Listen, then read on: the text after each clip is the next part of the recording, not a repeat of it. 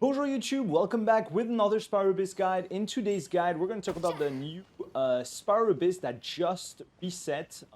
Basically patch 5.7 with buffs mainly for Skirk. So free are going to be pretty good in this one. And yeah, I'm just going to go over the blessing, the buffs, the teams that I recommend, a few gameplay tips against the different chambers. It's not too complicated, honestly. The HP overall is a little bit big though. It might be a bit An difficult important part of cooking depending is the making investment sure of the your characters ingredients absorb and the what characters flavors you in the have. dish. To that end, a But chef overall, I must be able think to this wield Abyss a is knife with the okay. same level of I precision struggle a as little a bit with 4 surgeon. stars only. Practice But yeah, makes other than that, perfect. I think you still have a decent amount of options for first half. Mainly Pyro is going to be good, so a lot of people have Pyro characters. Honestly, mainly Bennett, Shengling are going to be enough. And then for second half, Cryo is nice, but you don't even need that much Cryo, so let's get over it. So first, the Blessing of the Abyssal Moon. This time around, when you deal Cryo damage to an opponent, it will unleash Shockwave every 4 times you deal Cryo to the enemy, and you can trigger a Shockwave every 4 seconds. So it's a little bit of extra damage, nothing crazy, but it can be nice to improve your DPS a little bit, but it's not really going to be a massive buff.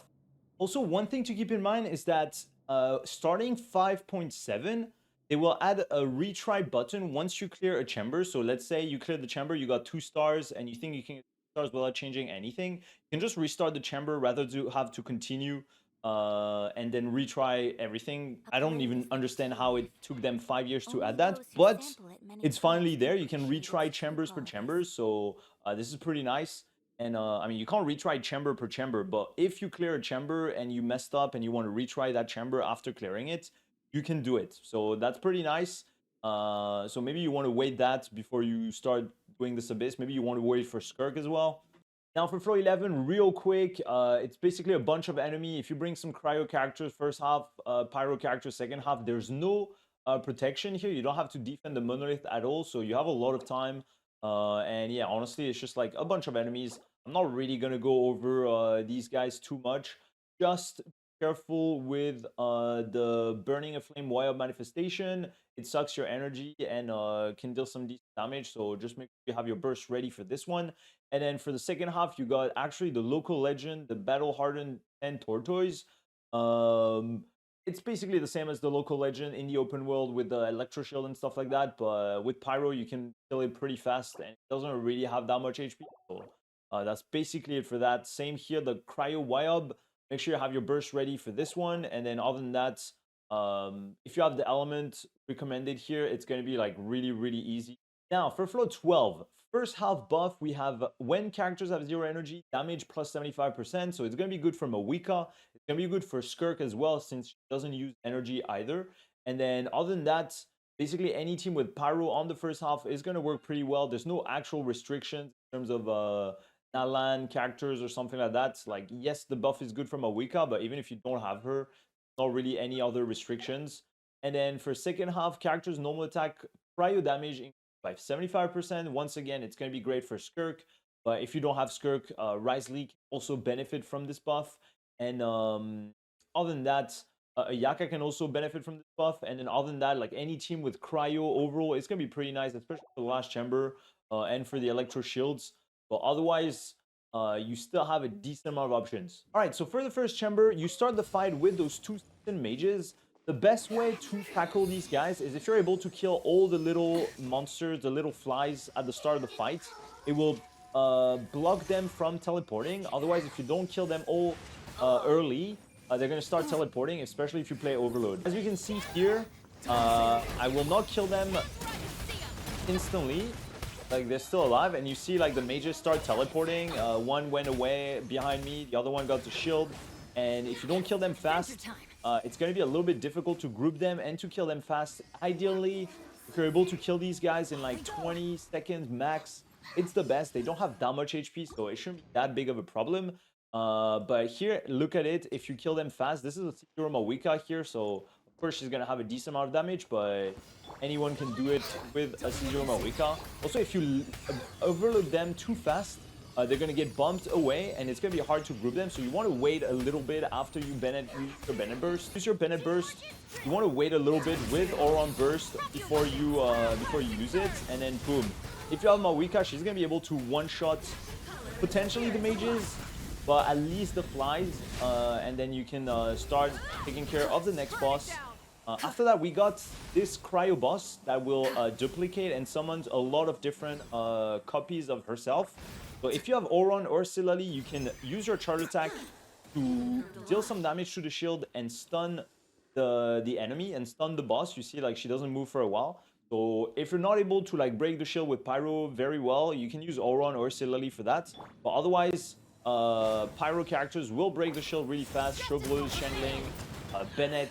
Mavuika's skill, as you saw, deals a lot of damage to the shield and its AoE as well. So, and then after that, Mavuika is basically the best option here. Honestly, she's really fast. This is a C0 Mavuika once again, and she gets so much damage from the buff. It's kind of absurd, to be fair. So yeah, if you have her, she's gonna be the best option. But you can basically use any overload team like this one. I will go over all the teams after the showcase, so don't worry. I'm showcasing some of the best teams here, but I'll go over like some other team options after that. Now for the second half, it's going to be some machines and the primordial, no, not primordial, mechanical array. I forgot the name. Where we had it in the previous Abyss as well, so you can basically apply the same strategy. Usually freeze is not really good against this boss, but with the buff and since it's 12-1, it doesn't have as much HP as before, so you can kill it pretty fast. So here you got those two guys at the start. If you have freeze, it's pretty nice because they won't move. Otherwise, Hyper Bloom is going to be pretty nice as well here. And then after that, yeah, it's just like single target boss. Use everything you have. Gonna start duplicating to in like mini robots. As usual, as I said on previous guide, if you get the little one like this, it's a little bit better. But otherwise, if you have good AoE, it's not gonna be too much of a problem. I'm using Kokomi, so we don't have that many buffs, but it should be fine. C0 Ganyu, C0 Shenhe, C0 Escoffier, and we're good here.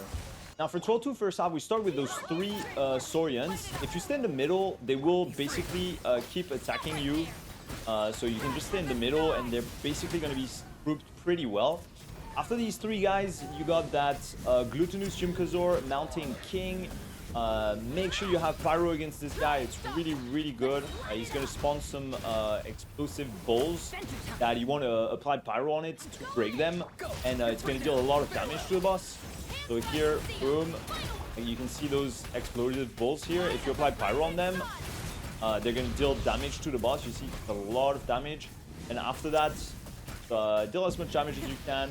If you're a little slow after the explosions, it's going to start spinning. Let him spin, let him spin. Also, I highly recommend going behind him as much as you can. It will delay the spin for a few seconds because it's going to turn around. And then, yeah, you see he spins, you can follow him, and then after that, he's going to go back in the middle with the next spin. So if you wait a little bit here, he's going to spin again, or he's going to jump like that as well. And that's basically it. He's going to respawn those explosive balls, so feel free to make sure you have some Pyro for those balls. And then now on 12-2, we start with this Electrolector. So as usual, it's gonna bring a shield once it's low HP. So try to kill the HP as fast as possible. It's single target, so not really any big issue here. Freezing it is not the best option necessarily because it's gonna delay the appearance of the Electro Shield, but it's not really that big of a deal. And you want to apply as much Cryo or Pyro on this shield to break it as fast as possible. And also, if you have some Dendro, it can also work pretty well on the shield. A combination of Dendro Cryo is gonna work pretty well on this shield. And after that, we got the Millennial Pearl Seahorse. So here, same thing. You want to apply as much Cryo as possible to break that Electro Shield. That is really annoying.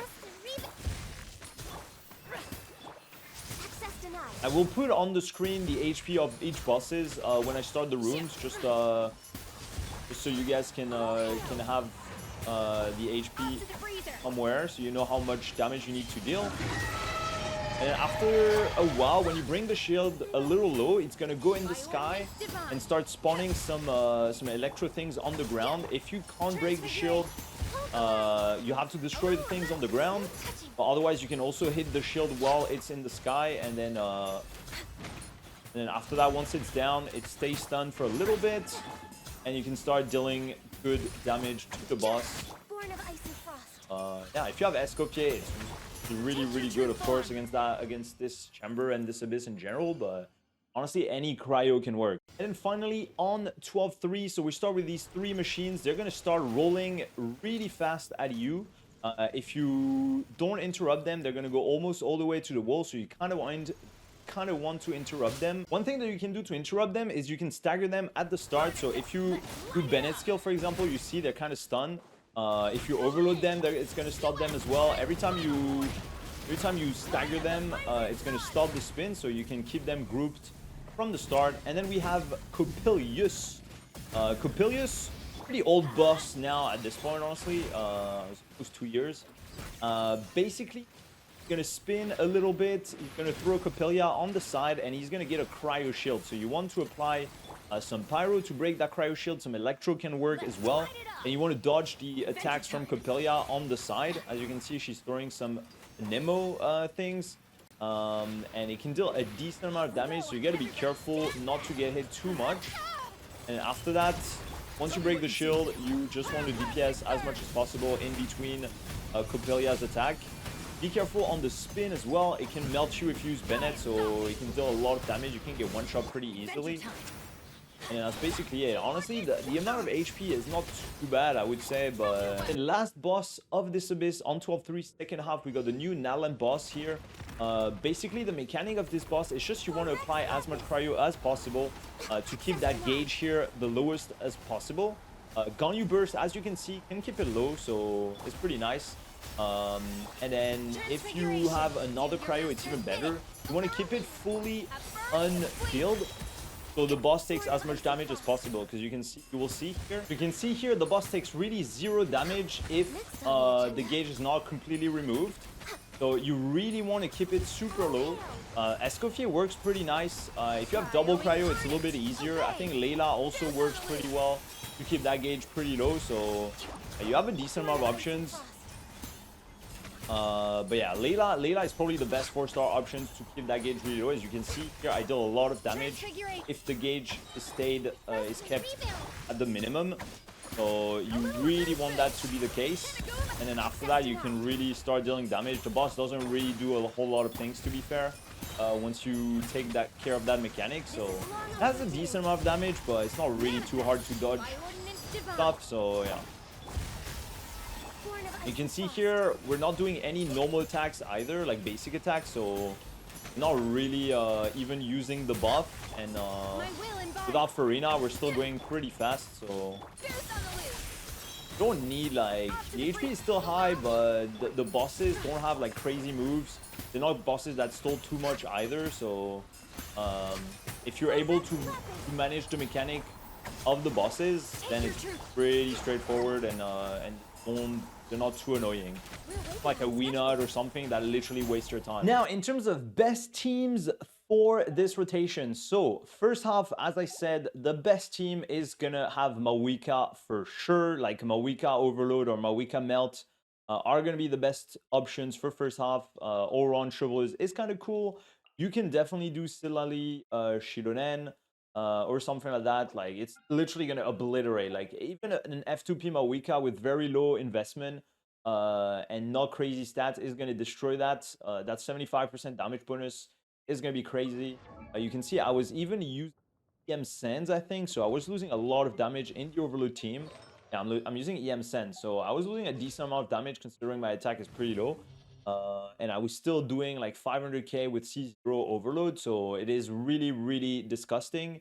And then on the second half, I mean, of course, first half, Skirk is also going to work, but they have Cryo Res here, so it's not going to be the best option. They have Cryo Res here as well, so you don't necessarily want to use Skirk the first half. And when on the second half, Skirk is going to destroy this as well.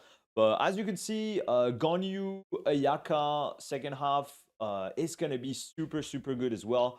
Risley is going to be in insanely good with that normal attack damage bonus.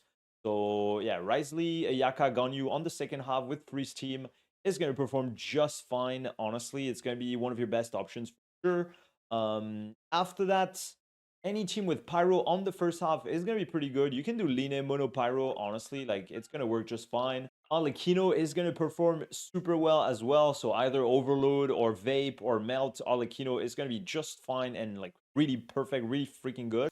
Tao double Hydro with Shengling or with like another Pyro or with Kazuha or something like that. Could work pretty well as well. Xingqiu Yelan, or you can add a healer or Zhongli. Honestly, Hu Tao is actually not bad to break this boss copies. She needs 2 skills if I'm correct, but it's not terrible. I'll be completely honest. Like it's not really that bad, and she works really good against Copilia. She works really good against the Mountain King. So definitely a decent option. Any Overload team with Clohand, with Arlecchino, Raiden, Rational, or Overload is going to be really good as well. Varesa Overload is also going to be very good. So you got lots of options for first half as long as you include Pyro. Of course, some other teams could work, but it's really not going to perform that well. Like Mono Geo, potentially, if you have a very high investment, some Electro teams could work as well. But overall, just bringing Bennett Shangling or just Bennett Mavuika or something like that, or a Pyro DPS with Bennett is going to be your best bet for first half. And in first, second half, freeze teams, of course, Hyper Bloom teams are going to be pretty good as well with at least one cryo character. So in terms of cryo options for the second half, as I said earlier, Leila is going to be your best cryo off-field character. Ganyu can also be an option for cryo off-field to manage the gauge of the Overseer device. But otherwise, I would highly recommend having double cryo at least. Starting the 4-star options, first half, you will, considering you have good investment on your character, Overload Official is going to be a very good option. And then on the second half, Hyperbloom, let's say with Traveler, Kaya, Cookie, Xingqiu.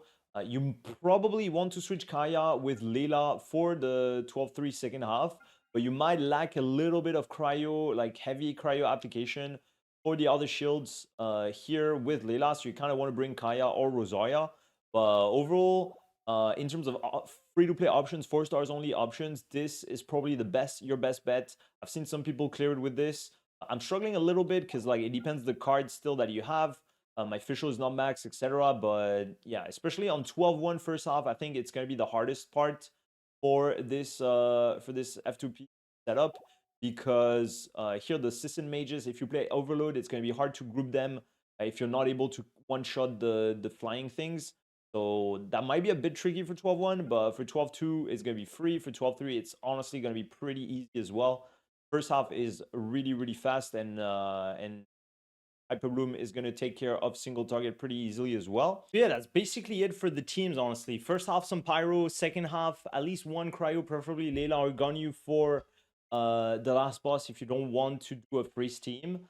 But otherwise, you still have a decent amount of options, just a little bit of restrictions regarding the Cryo for the last boss, and Pyro a bit here, but honestly, it's not even that necessary. Like you can still go with the Electro teams. But it's still gonna be a much better time with Pyro, I'm telling you, and with Cryo on the second half. So yeah, you gotta keep that in mind. I think you can still play a decent amount of fun teams, but you won't be able to play whatever you want. Anemo is not gonna be that crazy. I guess you could still play some Anemo teams here, but I think Coppelius also has Anemo res, so gotta be careful with that. But yeah, that's basically it for the best teams. That's basically it for the teams and for this guide overall. I think I'll show some team rotations and some team showcases in the next video. So if you want to check it out, make sure you subscribe and activate the notification bell. And yeah, overall, I think it's a nice abyss. It's a fun one. I'm happy that we can play Freeze once again, but it's a little bit restrictive, so hopefully in the future we'll get less restrictive abysses between the previous one and this one. It feels a bit difficult. I mean, difficult in terms of like restrictions, not necessarily in terms of gameplay and stuff like that, but yeah. If you found this guide helpful, of any new please feel orchestral free to like and subscribe. like to swap out the background And if you music still in the need help kitchen with once in a while. Spyrobiz after It's a that, great way to find new feel free to inspiration. join the Discord and check out the streams. I do a biz help almost every stream. So yeah, feel free to join and hope you enjoyed the video. Bye bye.